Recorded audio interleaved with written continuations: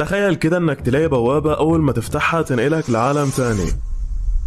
لا ومش بس كده، ده كمان بتحولك من شخص تخين الناس كلها بتتنمر عليه لشاب جميل مفيش منه. تخيلت؟ طب يلا بينا نبدأ الانمي. في احدى الايام كان في شاب كاره حياته وكاره الدنيا كلها ماشي كده. الشاب ده اسمه يويا، بيشوف 3 من البلطجية وهم بيحاولوا يقربوا من بنت غصب عنها. الواد بيروح عليهم وبيقول لهم سيبوها محدش يكلمها. العيال وقتها ما استحملتش شكله وقالت له انت مالك اصلا. نزلوا فيه ضرب، الواد عمال بينضرب من كل حتة ومش مرحوم نهائي. البنت استغربت من اللي بيعمله علشانها ووقفت مصدومة وخايفة عليه. الشرطة بعدها بتعرف باللي حصل وبتيجي. العيال بتخاف منهم وبيطلعوا يجروا بيحاولوا يفوقوا في يويا. الواد بيقوم فعلا وبيقول لهم ما تقلقوش عليا انا بخير، وبعدها بيسيبهم ويمشي من المكان كله. البنت بعدها بدأت تبص له نظرات اعجاب كده وشكلها نظرها ضعيف يا صديقي. المهم يويا وهو ماشي بيحكي لنا همومه، بيقول من وانا صغير كان شكلي وحش جدا، كل الناس بتقول عليا شبه الخنزير بالظبط، حتى ابويا وامي كانوا دايما بيتنمروا على شكلي. هو ده العادي معاهم اصلا علشان اخواتي الصغيرين كانوا اجمل مني. بس لما كبرت ودخلت الاعدادي الموضوع اتغير والناس ما عادتش بتتنمر عليا قد كده، بقوا بيضربوني على طول لمجرد بس ان شكلي مش عاجبهم. ومفيش حد كان بيحبني غير جدي، كان على طول بيهتم بيا وبيفرحني بكلامه. بس للاسف هو دلوقتي كمان مات وكتب البيت ده باسمي، وانا عايش هنا بشتغل جنب المدرسة بعد ما ابويا وامي تخلوا عني. يا ابني كفاية قطعت قلبي. بعدها يويا بيروح المدرسة وبيلاقي كل اللي فيها برضه بيعيبوا على شكله، بياخد نفسه وبيكون هربان منهم ومن تنمرهم عليه. ولكن العيال دي ما بتسيبوش، بيقولوا له على فين يا يويا، انت ما تعرفش انك كيس الضرب بتاعنا ولا ايه؟ بيفضلوا يضربوه فعلا لحد لما بيتكسر نهائي. اخوه واخته كانوا عمالين بيتفرجوا عليه في الوقت ده وكانوا في قمة السعادة. انا عارف انه صعب عليك زي ما صعب عليا يا صديقي، بس اقسم لك بالله اللي جاي هيصدمك. المهم يويا بيرجع بيته بيطلع له علبة اندومي كده ياكلها. الشوربة بتعكس شكله فبيتقرف وما بيرضاش يكمل، حتى الاندومي بتنمر عليه يا صديقي. بيقوم كده بعدها وبيبص على شكله في المراية ما بيستحملش، بيفضل يضرب فيها لحد لما بيكسرها. بوكس بيروح منه بالغلط كده جنبها وهوبا باب بيتفتح جنبه. الواد بيتصدم، دي غرفة جده السرية، شكلها هتقلب من هنا ولا ايه؟ يويا بيدخل جوه بيتصدم من كل اللي فيها، بيلاقي فيها حاجات غريبة جدا، ولكن بيشد انتباهه باب غريب كده. بيروح عليه وبيفتحه وهوبا اول لما بيفتحه بيطلع منه رسالة غريبة كده. الواد اترعب، بيقرأ اللي فيها، مكتوب فيها مبروك انت اتنقلت لعالم تاني. الواد بيتصدم مش قادر يفهم حاجة. بتظهر له شوية رسائل تانية كده بتشرح له قدراته وكل حاجة هو يقدر يعملها. هنا الواد ما بيكونش مصدق نفسه، بيقول اكيد انا بحلم. بيبص كده جنبه بعدها وبيلاقي ورقة مكتوب فيها رسالة، بيروح علشان يقرأها ولكن اللغة غريبة وما بيفهمهاش، فبتطلع له مهارة اللغة وبيقدر يقرأها بكل سهولة. بيلاقي الرسالة ديت مكتوب فيها انا صاحب البيت والحديقة هنا، لو اي حد لقى الرسالة ديت فملكية البيت وكل اللي فيها تروح له ومحدش هيعرف يدخل او يخرج للمنطقة ديت من غير اذنه. يويا بعدها بيقول يعني البيت ده بقى بتاعي دلوقتي؟ ده ايه الحلاوة ديت؟ بيلاقي مجموعة كده من الاسلحة جنبه وبياخد السيف اللي فيهم، بيطلع على بره بيحاول يتشقلب بيه كده ولكن بيقع زي خيبتها، مش هتعرف تستخدمه من اول مرة برضه. ولكن وقتها رسالة بتظهر له وبتقول له مبروك عليك كسبت فن المبارزة. بيقوم وبيجرب السيف بعدها وبيلاقي نفسه بقى بيعرف يستخدمه، بياخد بعدها كام سلاح كده وبيتعلم كل الحركات بتاعتهم. بيطلع خزنة الادوات بتاعته علشان يعين فيها الاسلحة ديت. ولكن مرة واحدة بيسمع صوت وحش بيهجم عليه. الواد بيترعب وبيقول خلاص انا كده هموت، بس الوحش ما بيعرفش يكسر الحاجز ويدخل وبيفضل يهبهب زي الكلب من بره. يويا وقتها كانت ايده بترتعش وبيحس انه لازم يرمي البتاع اللي في ايده ديت علشان يقتل الوحش بيها، وهوبا بضربة منه بيشق الغول اللي قدامه بيخرم بطنه، وطاقة الغول ده كمان بتروح له وبيظهر له ادوات كده. الادوات ديت هتزود خبرته، بياخدها وبيرجع علشان يروح على بيته. ولكنه بيلاقي فلوس كده بتظهر قدام البوابة اللي هترجعه، ودي بقى الفلوس نتيجة لقتله للوحش ده وهينفع يستخدمها في العالم بتاعه كمان. ده ايه الحلاوة ديت؟ ده انت كده المفروض ما عدتش تشتغل اصلا. اصلا. المهم بعدها بيرجع على البيت بتاعه علشان ينام، ولكن بيحس بحاجه غريبه في جسمه، ما بيديش للموضوع اهميه وبعدين بينام، ويا دوب بينام من هنا بيصحى يويا جديد خالص من هنا. ايوه والله يا صديقي، هو التخين من شويه. يويا بيحس ان هدومه وسعت عليه وما بيديش برضه للموضوع اهميه، بيروح علشان يبص على شكله في المرايه ولكن ما بيلاقيش مرايه، بيفتكر ان هو اللي كسرها يعني، وبيقول احسن انا اصلا كده كده كنت مقروف من شكلي، ما انت لو شفت شكلك دلوقتي هتقولي يا ريتني ما كسرتها.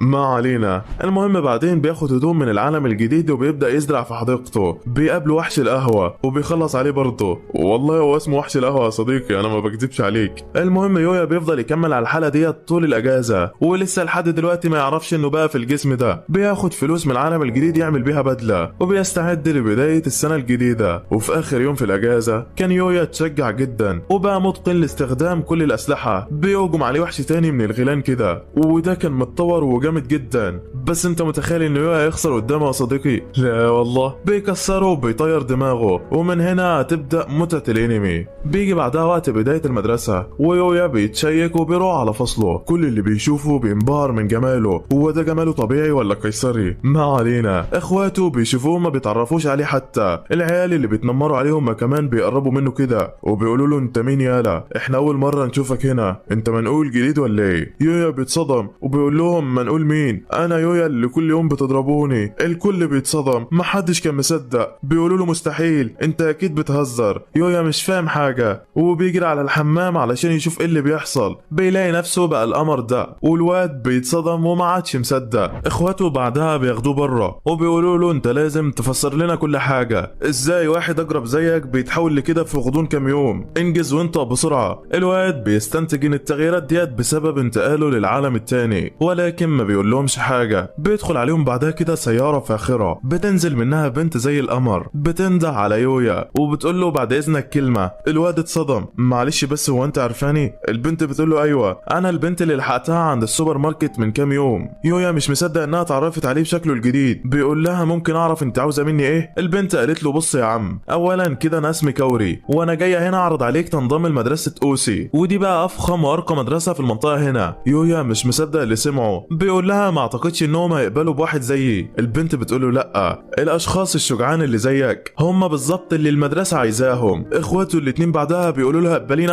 احنا عندنا مهارات كويسه واشطر منه واذكى منه في كل حاجه. البنت قالت لهم في احلامكم انا عارفه كل اعمالكم القذره، وما بترضاش توافق تضمهم. بتاخد بعدها يويا معاها في العربيه وبتوصله على المدرسه. بيدخل على المدير وبيتكلم معاه. المدير بيقول له انا مش عارف اشكرك ازاي على انقاذك لبنتي، بس كبدايه يعني انا حابب انك تنضم للمدرسه بتاعتي. يويا بيقول له بس انا مش هنفع، انا ما عنديش موهبه زي كل الناس اللي هنا. المدير قال له لا. ففي وقت لما كانت كوري محاطه بالعصابه وهيضربوها، الكل كان واقف ومحدش يتحرك علشان ينقذها غيرك. احنا محتاجين الاشخاص النضاف اللي شبهك في المدرسه هنا، وما تقلقش هي هتعجبك جدا. يويا بيسمع الكلام وبيتاثر. المدير بعدها بيقول له كعربون شكر على انقاذك لبنتي، رسوم المدرسه هتكون عليا، وانا عارف ان الموضوع هيكبر لو شرحت اكتر من كده، فانت هتقضي اليوم النهارده في المدرسه ديت، وفي اخر اليوم هتقولي على رايك. فيويا قال له خلاص تمام. بعدها الباب بيخبط وبيدخل منه المدرسه ديت، واسمها سواده بالمناسبه. بيعرفه المدير بيها وبيقول له ديت اللي هتاخدك على الفصل بتاعها النهارده، خدي بالك منه بقى. فبتقول له اتفقنا. بتاخده على الفصل فعلا، ويويا بيستنى بره. هي بتدخل جوه، بتعرف الطلاب ان في طالب جديد هيقعد معاهم النهارده. بتقول ليويا ادخل، والواد كان واقف بره وقلقان جدا بيدعي ربنا يسترها. بيدخل بكل شجاعه، بيعرف بنفسه للطلبه، والعيال كلها انبهرت من جماله وما تكلموش. يويا ما كانش فاهم ان دي نظرات اعجاب، وواقف محروق جدا. بيدخل يقعد على الدكه الاخيره، والبنت ديت بتطلع كتابها علشان يبص معاها، وشكلها تحلو من هنا يا صديقي. بعد المحاضره بقى البنات كلها بتتلم عليه، بتحاول تتعرف بيه. الواد مش عارف يرد على مين ولا مين. بيلاقي واد كده بيلحقوا ما بينهم، بيقول لهم سيبوه يرتاح، ده اول يوم لسه، وبالمناسبه ده اسمه ريو. بياخد يويا على المطعم وبيوري له الاكل اللي فيه. يا نهار ابيض يا صديقي، ده الاكل هنا ببلاش. الواد حرفيا مصدوم، بيقول ايه كل الاكل ده؟ دي الجنه اكيد. ريو بيقول له بلاش هبل يا عم ويلا ناكل.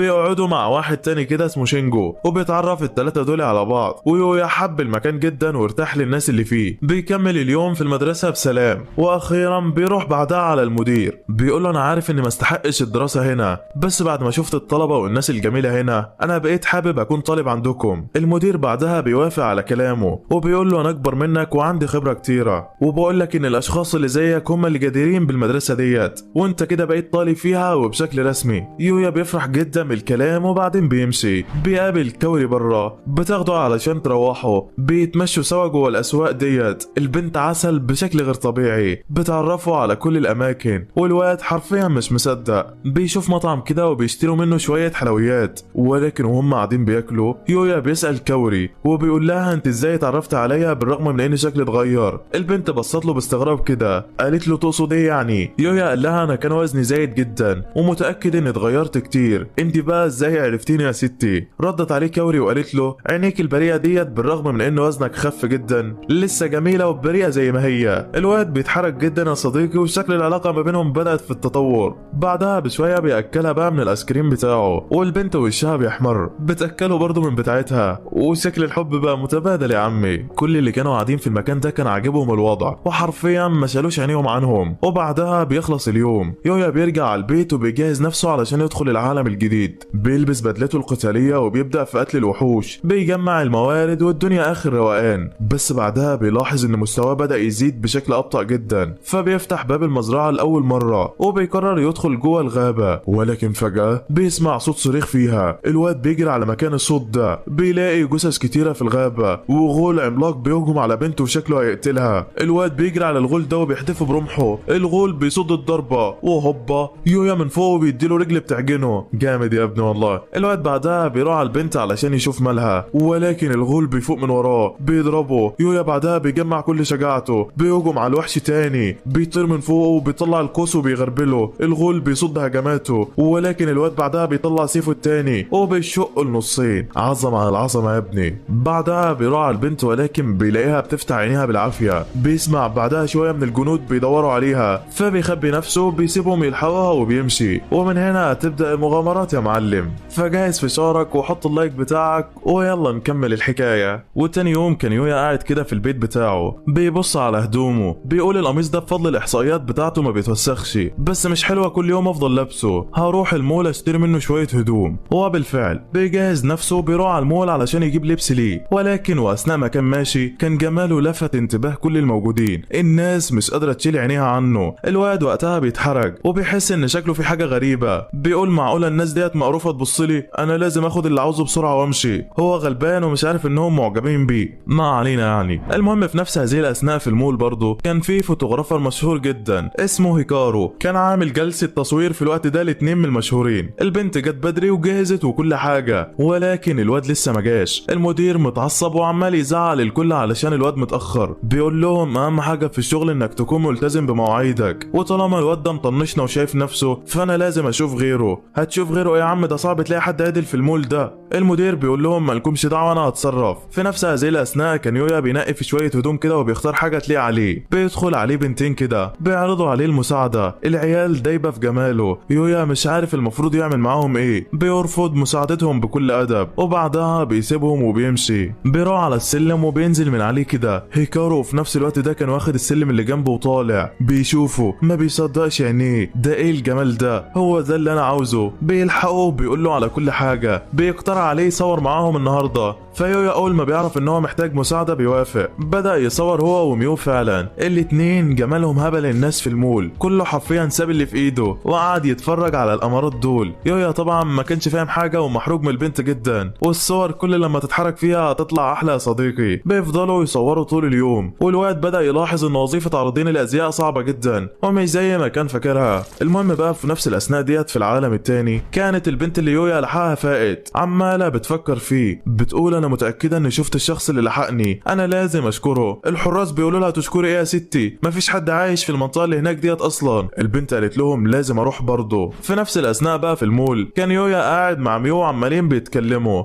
انتهت جلسه التصوير وبدا يتكلم معاها، بيسالها ازاي انت كويسه في الشغل كده؟ انا ما شفتش حد احسن من كده. البنت قالت له انا مش كويسه ولا حاجه، كل حاجه بتيجي مع الاستمرار والسعي لهدفك. نفسك، وانت لو كملت في الشغل كده هتكون احسن مني بمراحل. الواد وقتها بيفرح جدا من الكلام ده. ميو بعدها بتديله منديلها علشان يمسح العرق بتاعه. يويا بيشكرها على عرضها وبيقول لها ده منديلك انتي ومش هينفع اخده منك. في نفس الاثناء ديت بيوصل شو على المكان، او الولد اللي كان المفروض يصور معاها، متكبر جدا وواثق من نفسه زياده عن اللزوم. البنات اللي في المكان اول لما شافوه قعدوا يصوتوا من الفرحه، والواد طبعا بيتغر. بيروح بعدها على ميو بيحط ايده على الجدار قدامها، بيقول لها انت ما بترديش عليا ليه؟ مش قلنا هنخرج مع بعض ولا ايه؟ البنت محروقه جدا ومش قادره تعمل حاجه. الواد هو كمان داس على منديلها. يويا شافه اتعصب، راح عليه بيقول له البنت مش عاوزاك تقرب منها، ابعد شويه يلا. شو بيتعصب منه وبيقول له انت مالك اصلا؟ بيروح علشان يديله بالبوكس في وشه ويبعده، ويويا قام ماسكه من هنا ورزعه في الارض قدام الكل. عاش يا ابني والله. الواد بعدها اتحرج وكان في نص هدومه، والبنات اللي كان عاجبها شكله اتشدد بيويا اكتر وما عادش حد معبره. تخيل بقى ان هيكارو هيسكت هو كمان يا صديقي؟ لا والله، راح عليه كده وقال له بص يا عر انت، كل اللي حصل كان متصور معانا، ومن النهارده انت مالكش شغل معايا، يلا امشي من هنا. الواد وقتها ولع من الاحراج وطلع بره بسرعه ومشى. والمدير بعدها راح على يويا علشان يشكره، قال له هو على طول كان مفكر نفسه جامد وبيشتم في الكل، شكرا على اللي انت عملته. ميو هي كمان شكرته علشان انقذها وكانت في قمه السعاده. شكل الكل كان مخنوق منه يا صديقي. المهم بعدها بيعرض على يويا ينضم ليه ويكون عرض ازياء معاهم، وما تقلقش يا عم هنغرقك فلوس. الواد بيشكرهم على العرض ده، قال لهم الشغل مع ناس جميله زيكم بتحب الشغل وبتقدره ده حلم بالنسبه لي، بس للاسف انا لسه ما عنديش الامكانيات اني اواكب او انتظم في شغل زي ده. المدير قال له خلاص هحترم قرارك يا عم، ولكن هتاخد كل الهدوم ديت هديه علشان مساعدتك لينا. فيويا بيوافق على عرضه وكان في قمه السعاده. بعدها بيسلم عليهم وبيروح على بيته مروح. ميو المدير هما كمان بيركبوا عربيتهم وبيمشوا على مكان تاني، بس كان واضح ان البنت وقعت في حب يويا جدا وفرحت بالتصوير معاه. يا بخته والله. المهم بقى في الوقت ده كان يويا روح على بيته، علق الهدوم بتاعته، جهز نفسه وطلع علشان يقتل في شويه وحوش في الغابه. وفي الاثناء ديت كانت الوحوش حصرت البنت ديت والجنود مره تانية. الجنود عاوزه تنسحب ولكن مش هتقدر تعمل اي حاجه قدام الاعداد ديت. البنت هي كمان وحش حاصرها، كانت خلاص هتموت. بس انت متخيل انها هتموت يا صديقي؟ قولها معايا. لا والله. يويا بيظهر من ورا الوحش وبيشقه، اي حد بيقف قدامه بيكسر عظمه، بينقذ كمان المصابين من الجنود دول، والكل كان مذهول منه. بس فجاه البنت اتقدمت على يويا، راحت له قالت له اولا شكرا علشان انقذت حياتي، ثانيا ممكن تتجوزني؟ يا حلاوه، ده شكلها هتلعب يا صديقي. الواد بيتصدم وكل الجنود بتوعها بيتصدموا برضه، وانا وانت اتصدمنا يا صديقي. رئيس الحراس بيقول لها تتجوزي ايه؟ هو انت اتهبلتي؟ وبعدين في بنت تروح تتقدم لواحد؟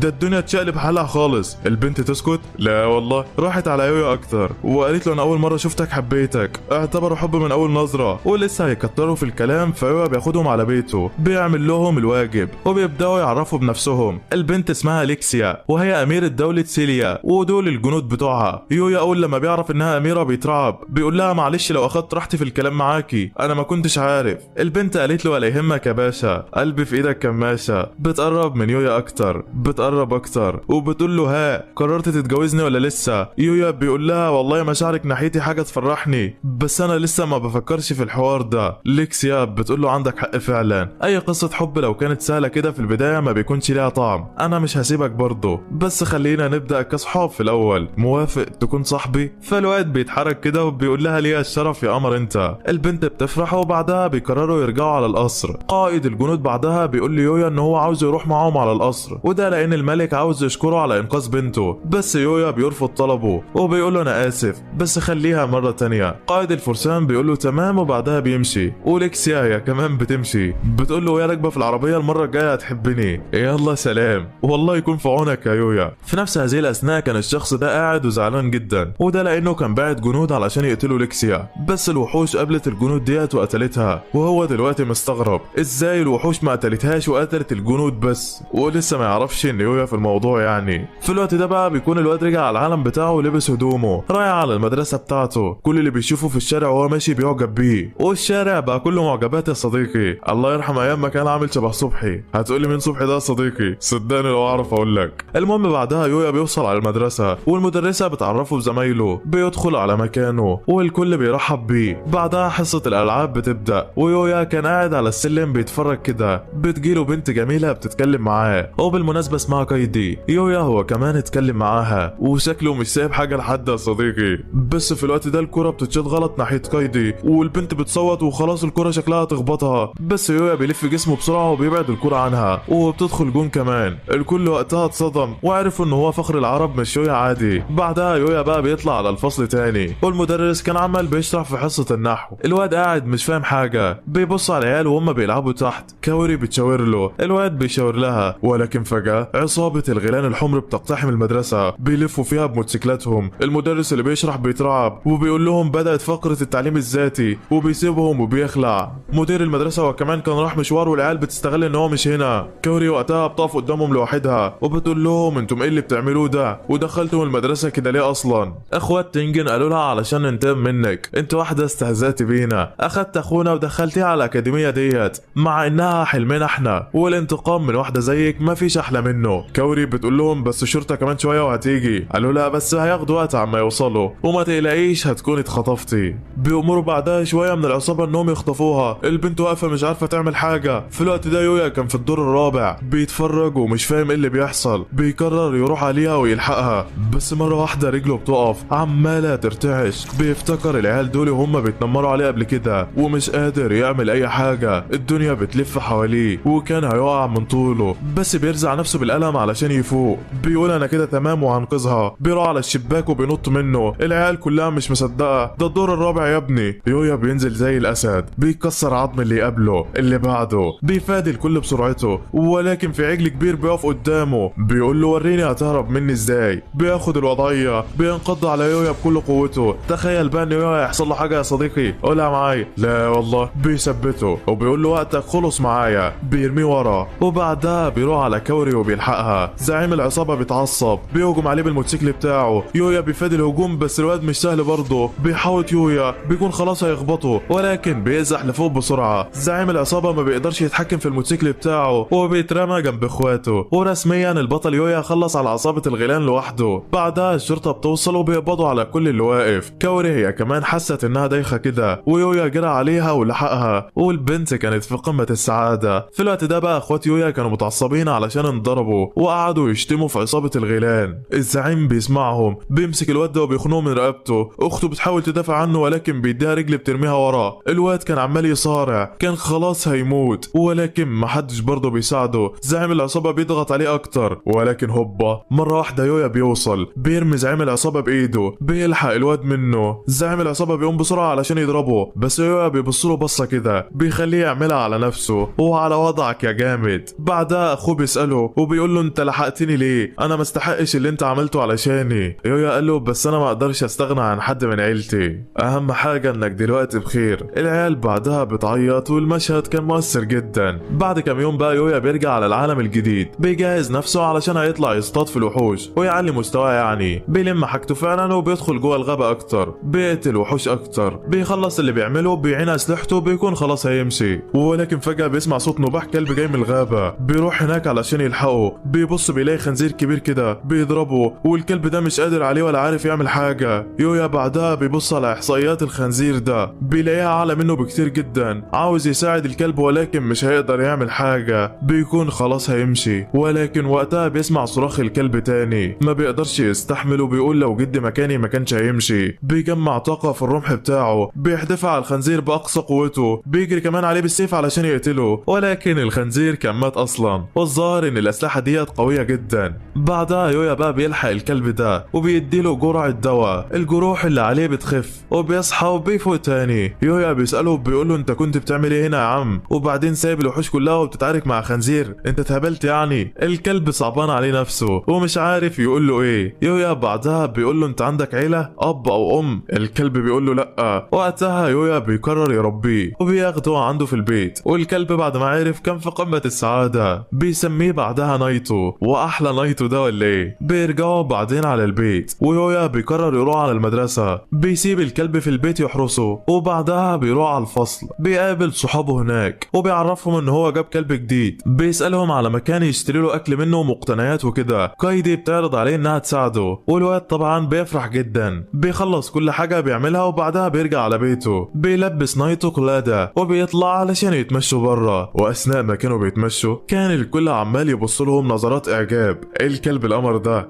ايه الواد الحلو ده، ما ترحمونا بقى. بس واثناء ما كانوا ماشيين بيقابلوا كوري بالصدفه، بتسلم عليهم فرحانه جدا علشان قابلتهم صدفه. يويا هو كمان بيعرفها على نايتو، والبنت حبته جدا وكانوا في قمه السعاده. بنت جميله انضمت للواد القمر ده، انا كده مش هعرف ابعد عين عنهم، ناس ناقصه الصراحه. تخيل ان الموضوع هيقف عند كده يا صديقي؟ لا والله. ميو هي كمان كانت بتتمشى في الوقت ده وبتشوف يويا وهو واقف، بتدخل علشان تسلم عليه. كوري بتشوفها وبيتعرف الكل ببعضه، بس بسبب وجود ميو المشهوره الكل بقى بيتكلم عليهم، فبتستأذن منهم وبتقول له يويا نتقابل في وقت تاني، وبعدها بتسيبهم وبتمشي. في الوقت ده بقى كوري كانت زعلانه جدا علشان مفكره ان يويا بيحبها ولا حاجه. سألته اذا كانوا بيتواعدوا، بس الواد قال لها لا، ده احنا مجرد صحاب. البنت وقتها اطمنت وتحس ان قلبها رجع لها تاني. بس فجأة وهم واقفين بيسمعوا صوت واحدة عجوز بتصرخ حرامي سرق شنطتها وطلع يجري منها. يويا بعد ما بياخد باله من الحرامي بيأمر نايتو يروح وراه ويجيبه هو والشنطة، وبعدها الواد وكوري بيروحوا على العجوز علشان يشوفوا مالها. الست كانت تمام ولكن كانت زعلانة جدا على شنطتها. ما تقلقيش يا حاجة انا هرجعها لك، دي فيها فلوس يا ابني. ما قلتلك ما تقلقيش يا حاجة هرجعها لك، ده قبض الشهر يا ابني. ما خلاص يا حاجة هو في ايه؟ وبعدها نايتو بيجيب الحرامي من قفاه وبيجره قدام الكل. كوريا كمان بتطلع تليفونها وبتتصل على الشرطة. الحرامي اول لما سمع الشرطة طلع سكينته، قطع هدومه وطار على البنت علشان يقتلها. متخيل انه يقدر يلمسها قدام يويا يا صديقي؟ لا والله. يويا بيمسك دراعه وبيكسره، بيثبته وبيقول له اثبت لفلقك، والكل كان بيتفرج واتصدم من الواد وحلاوته. بعدها الشرطة بتيجي والحرامي بيتمسك والدنيا تمام. كوري بتشكر يويا علشان لحقها وبعدين بيروحوا. تاني يوم بقى كان بدأ كل من يويا ونايتو في التعاون وقتل الوحوش اللي قابلوها. التعاون ما بينهم عالي العال، ونايتو مساعدة كبيرة فعلا، صغير بس يحير. الاتنين طاقتهم عمالة بتزيد وبيقتلوا في وحوش اكتر. ومش بس كده لا، ده نايتو شاف خنزير كده قدامه ما سماش عليه، فضل يضرب فيه لحد لما هزمه لوحده. ورسميا البطل نايتو اخد حقه من الخنزير البري. بيفضلوا على الحال ده لفترة، ويويا بيقرر يدخل جوه الغابة اكتر ويشوف وحوش تانية. ولكن وفجأة بيلمح وحش سحري قوي جدا شكله مرعب. الوحش هو كمان اخد باله من يويا. وشكلك وقعت يا معلم، الواد بيفكر يهرب ولا ايه؟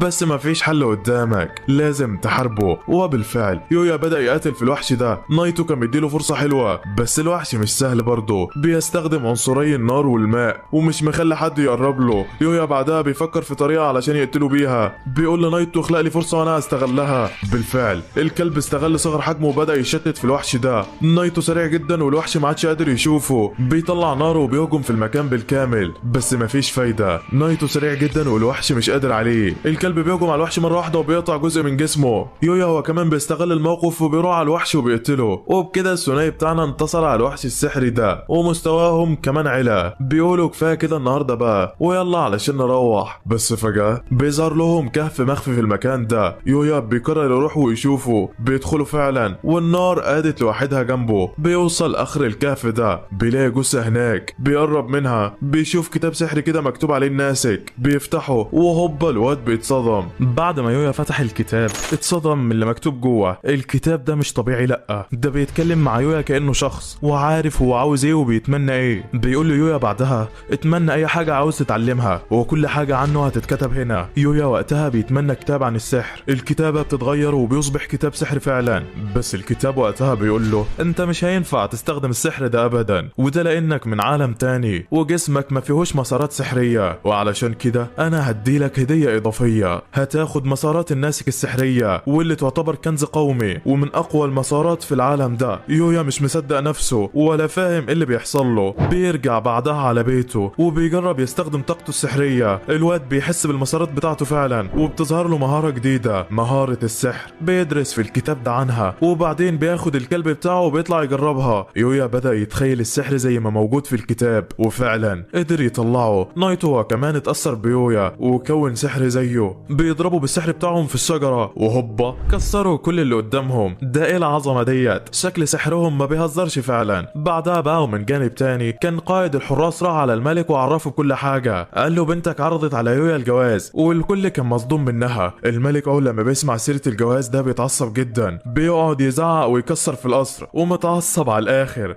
ده علشان مفكر يويا هو اللي اغواها يعني. ما علينا. المهم بعدها يويا بيرجع على المدرسه وبيفضل يفكر في السحر وازاي يستخدمه كويس. بتقاطع تفكيره المدرسه اللي عليهم وبتقول لهم احنا هنروح للتخييم تخييم في زيارة لمدة 4 أيام في الغابة. بتقسم بعدها الطلاب لفرق، كل فريق من 4، والعيال بتفرح جدا. فريق يويا فيه الواد الأصفر ده وكايدي والبنت اللي اسمها كانزاكي، وشكلها هتحلو معاهم يا صديقي. بس فجأة يويا بيقول لهم إنه محتاج يشتري حقيبة سفر يحط فيها أغراضه. كايدي بعد ما عرفت قالت له خلاص هاجي معاك. الكل كمان قال له احنا مش هنسيبكم لوحدكم، واتجمع ال6 دول علشان يروحوا مع بعض، واللي كان من ضمنهم كوري. ده شكلها هتلعب ولا ايه؟ بيوصلوا بعدها بشويه على المول وبيلاقوا الشنطه اللي عاوزينها، وكوري طبعا هي اللي كانت مختاراها. يويا بعدها بيشكرها على اختيارها، والبنت طبعا بتفرح. بيكملوا طريقهم وبيروحوا بعدها على مركز الالعاب او الدور بتاعه يعني. الواد بقى ابو نضاره ده بيشوف لعبه كده بيحبها، بيتمنى يجيبها، بس هو زي خيبتها ومش هيقدر يكسبها. فيويا بيقول له ما تسيبنا جرب كده. بيسيبه فعلا. الواد بيستخدم قوته وبيلاحظ النقطه اللي هتساعده يجيب اللعبه بسرعه، وهوبا جابها. ده ايه العظمه ديت؟ انت مش سايب حاجه لحد ولا ايه؟ كايدي هي كمان خلته يجيب لها لعبه، وكوري طبعا ما سابتوش، والكل خلاه يجيب لهم العاب برضه، وكانوا في قمه السعاده. بعدها بيتفرق العيال لفرقتين، البنات هتطلع تشوف هدوم ليهم فوق، والولاد هيقعدوا على القهوه كالعاده يعني. الدنيا اخر روقان معاهم. بس الحلو مش هيفضل حلو على طول يا صديقي. مره واحده العيال بتسمع جرس الانذار بيقول في حريق في الدور اللي فوق. ايوه ده الدور اللي كوري والبنات فيه. العيال بيجروا على اخر سرعتهم وبيروحوا على السلم علشان يسالوا الضابط اللي بيخلي عليهم. الضابط مش عارف ولا فاكر انه شافهم. الواد ده بعدها بيرن على كايدي. البنت بترد عليه بتقول له احنا اتاخرنا فوق، النار حوطتنا من كل مكان، مش هنعرف نخرج. لسه ما كملتش الكلام الخط قطع. الواد اترعب وقال لي يويا على اللي سمعه. يويا بعدها بيجري على اخر سرعته وبيطلع السلم في ثانيه. بيوصل على دور الملابس، بيلاقي النار حواليه من كل حته.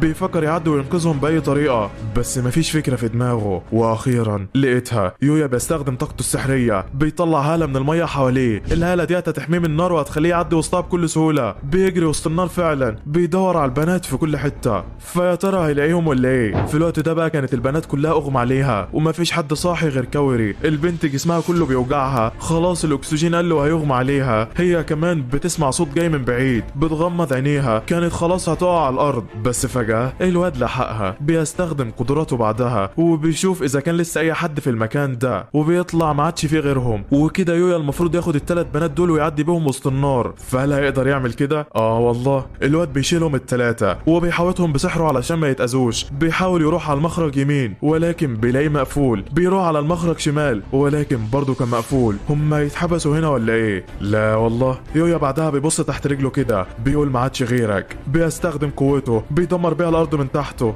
بيفضل يكسر في كل الادوار لحد لما بيوصل للدور الارضي. ده ايه العظمه ديت؟ الشرطه واصحابه وكل اللي واقف كانوا مصدومين من قوته. ده ايه يا ابني ده؟ انت خرمت كل ده ازاي؟ يويا بيخبي عليهم طبعا، وبيقول لهم الارض هي اللي اتهدد بيا. الاسعاف بعدها بتوصل وبيغطوا البنات. الدنيا اخر روقان معاهم. ابو كوري بعدها بشويه بيوصل، بيشكر يويا على انقاذه لبنته للمره الثانيه. كوري هي كمان شكرته وكانت في قمه السعاده. بعدها البنت ابوها اخدها في حضنه. يويا شاف المشهد ده واتاثر جدا، وده طبعا لانه ما عندوش عيله ولا اي حد يطمن عليه. بيرجع بيته فرحان وحزين في نفس الوقت علشان هو لوحده. ولكن هوبا بيلاقي نايتو بيجري عليه، بياخده بالحضن رغم انه حيوان اليف وكده، ولكن عسليه الصراحه. وبس لحد هنا بيخلص الجزء الاول. لو ما اتفرجتش على الجزء اللي فات من حكايه يويا فروح شوفه الاول، هسيب لك الرابط بتاعه في الوصف واول تعليق مثبت. ويلا بينا نكمل باقي الحكايه. وتاني يوم بقى يويا بيدخل على العالم التاني وبيبدا يكتشف مهاراته اكتر. بيلاقي سحر عن بوابه مكانيه وبيتعلمه، وفي ثانيه البوابه ديت بتنقله جوه الغابه، بتخليه يعرف يروح اي حته في ثواني. ده ايه العظمه دي؟ بعدها نايتو ويويا بيدخلوا جوه كهف كده وبيحاولوا يستكشفوه. بيقابلهم 2 من الوحوش بيهجموا عليهم، بس الواد ونايتو بيخلصوا عليهم في ثواني. اخدوا منهم الجوائز بعد ما قتلوهم، وبعدين خرجوا من هنا. يويا بقى كان خلاص مروح وقال كفايه كده النهارده، بس الكلب قال له لا. اخده على مكان تاني، قال له اخفي وجودك. يويا سمع كلامه، بدا يبص كده علشان يفهم او يعرف ايه اللي بيحصل. بيلاقي بنت مجروحه محاطه بوحوش كتيره جدا، شكلهم خلاص هيقتلوها. يويا كان رايح عليها علشان يلحقها، بس الكلب شده من هدومه، مش عاوزه يستعجل. وفعلا البنت وقتها بتستخدم قوتها وبتضرب واحد من الغيلان ديت وبتقطع له دراعه. هي ايه الخيوط اللي بتستخدمها دي؟ شويه من الغيلان هجموا عليها تاني والبنت صدت هجومهم برضه،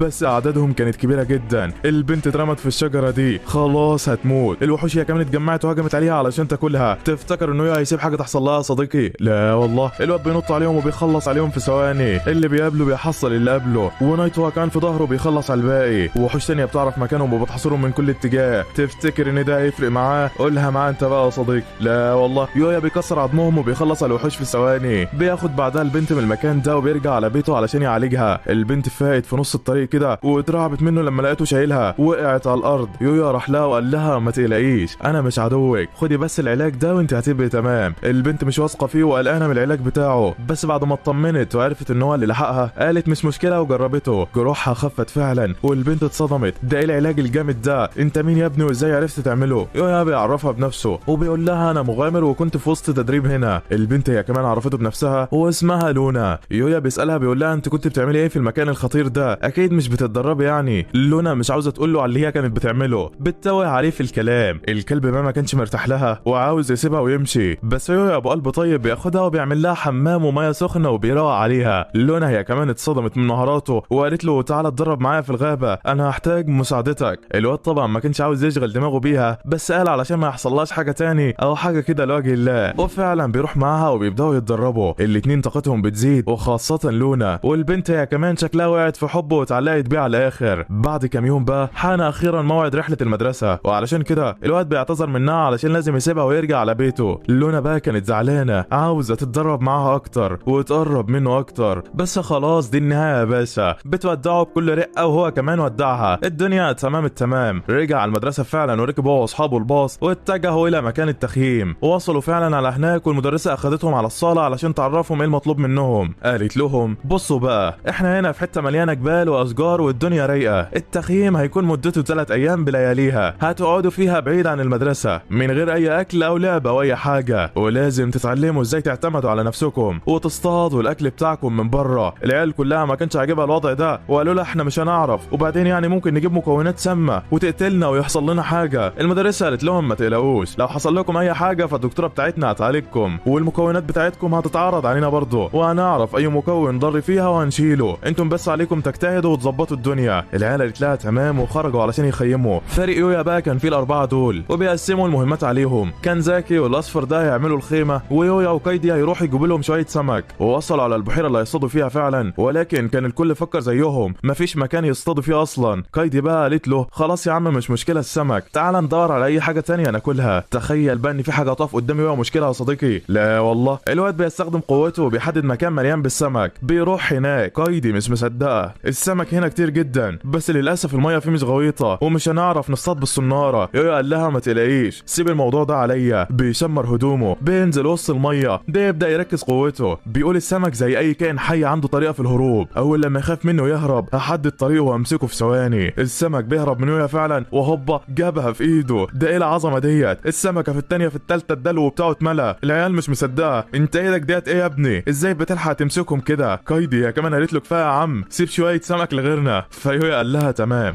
في نفس الوقت ده بقى كانت لونا موجوده في المكان ده وبتجرب طاقتها، بتكسر كل الدومه دي وبعدها بتبين حقيقتها. بتقول انا قاتله مأجوره، المفروض مشاعري ما تاثرش عليا واخلص على مهمتي. انا فشلت المره الاولى بس مش هفشل تاني، استناني انا جايالك. وشكل النيه مش طيبه يا صديقي. بعد ما يويا بقى بيخلص صياده السمك بيلاقي كان زاكي مقابلاه وفرحانه جدا، على عكس الواد الاصفر ده كان مرمي من التعب كده مش قادر يتحرك. وشكل كان زاكي دي مفتريه على الاخر يا صديقي. المهم يويا بيروح يتفحص حالته وبيعرف ان هو تمام وعلى العال. بياخد بعدها بص على المكونات اللي جمعوها وبيشيل الشوائب واي حاجه فيها سم او حاجه خطيره. بعدها بقى اخيرا بيحين موعد التقييم، وكل الطلاب جابوا حاجات بيعرضوها على المدرسين علشان يشوفوا المكونات بتاعتهم تمام ولا لا. كل الطلاب كانوا جايبين مواد ضاره وبلاوي ومحدش جاب الدرجه الكامله غير طبعا فريق يويا. ده حتى المدرسه كانت مصدومه منهم وقالت لهم كملوا على نفس المنوال ده وانتم هتطلعوا الفريق الاول. بس قولوا لي صحيح، هو مين اللي بيعرف يطبخ فيكم؟ العيال كلها بتأشر على يويا وانت خلاص اتدبست يا معلم. بعدها الواد دخل المطبخ وحرفيا اتحول. ده ايه الحلاوه ديت يا عم؟ انت طباخ مفيش كلام يعني. بيخلص اللي بيعمله اخيرا وبيقول لهم اتفضلوا يلا. العيال اكلت ومحدش عطاله رايه. المدرسه كانت معديه هي كمان واكلت وبرضه ما اتكلمتش زي العيال. هو ايه اللي بيحصل يا جدعان؟ ما حد فيكم يقول رايه؟ هو الاكل وحش للدرجه دي؟ ووقتها الكل بيتكلم وبيقولوا بيقولوا ده ايه الحلاوه دي، ده السمك ده ولا جمبري، انت ازاي فنان كده، انت مفيش منك. يويا طبعا كان فرحان علشان الاكل عجبهم والدنيا بقت تمام. بعدها الواد بيستغل انهم مش واخدين بالهم وبيروح على البيت بتاعه بسحر الانتقال، بيعمل الاكل لنايتو وبعدها اليوم بيخلص. تاني يوم بقى كان يويا موجود في الغابه مع اصحابه بعد نوم صعب جدا، كان في بعض الخيام مقطوعه والحاجات متكسره ومحدش فاهم حاجه. طبعا العيال فكروا ان في حرامي وما ادولوش اهميه قوي ودخلوا على الغابه. بس فجاه الواد ابو شعر اصفر ده بيشوف الحقيقه، ايوه ده شكل في حيوان مفترس هنا، هنروح في داهيه. يويا لسه ملحقش ياخد باله وبوم الدب ظهر، العيال كلها جرت وزعقت، الكل بيحاول يهرب في كل مكان، بيكسر في كل حاجه قدامه واللي هيشوفه مش هيرحمه. يويا والفرقه بتاعته بتنجح تهرب منه بس الدب برضه مش راحم، بيجري ورا المدرسه وهوب وقعت قدامه، الدب خلاص هياكلها. يويا شافها بيحاول يوقف الدب علشان هي تجري، الدب هو كمان حاول يضربه، ولكن انت متخيل ان الدب هيقدر عليها صديقي؟ لا والله، بوم يويا شقلبه كسر عظمه. ده ازاي ده؟ اكيد في حاجه غلط. المدرسه هي كمان في الوقت ده ما كانتش فاهمه اي حاجه، ولكن شكرت يويا على انقاذها. الدنيا عظم على الاخر. بعدها شرطه البيئه بتيجي وبتربط الدب علشان ما يعملش حاجه، وكده الدنيا بقت تمام. بعد فتره بقى يويا بيرجع على البيت وبيدخل على الغابه، بيبدا يتدرب فيها، قوته كل شويه بتزيد وشكل ما حدش هيقدر عليها صديقي. بالفعل بعد ما بيخلص على الوحوش دي بياخد الجوائز منهم، واللي من ضمنهم الخوذه، بيلبسها وبيكمل في الارجاء علشان طاقته تزيد. في الوقت ده يويا بيلاحظ دخول عربيه الاميره ليكسيا، بيقول يا صباح الفل. الجنود بيتعرفوا عليه هو كمان والترحيب بيبدا. بعدها الاميره ليكسيا بتقول له يلا بقى يا عم علشان انت معزوم على القصر بتاعنا. طبعا يويا مش فاهم حاجه وبيقول لها تمام، بس فجاه والكل واقف نايتو بيجري على ليكسيا كده وبيوقعها. بعدها شجره عملاقه بتقع مكان ليكسيا ويويا بيعرف ان نايتو حماها. القائد طبعا والكل مش فاهمين حاجه ومفكرين ان نايتو هو السبب.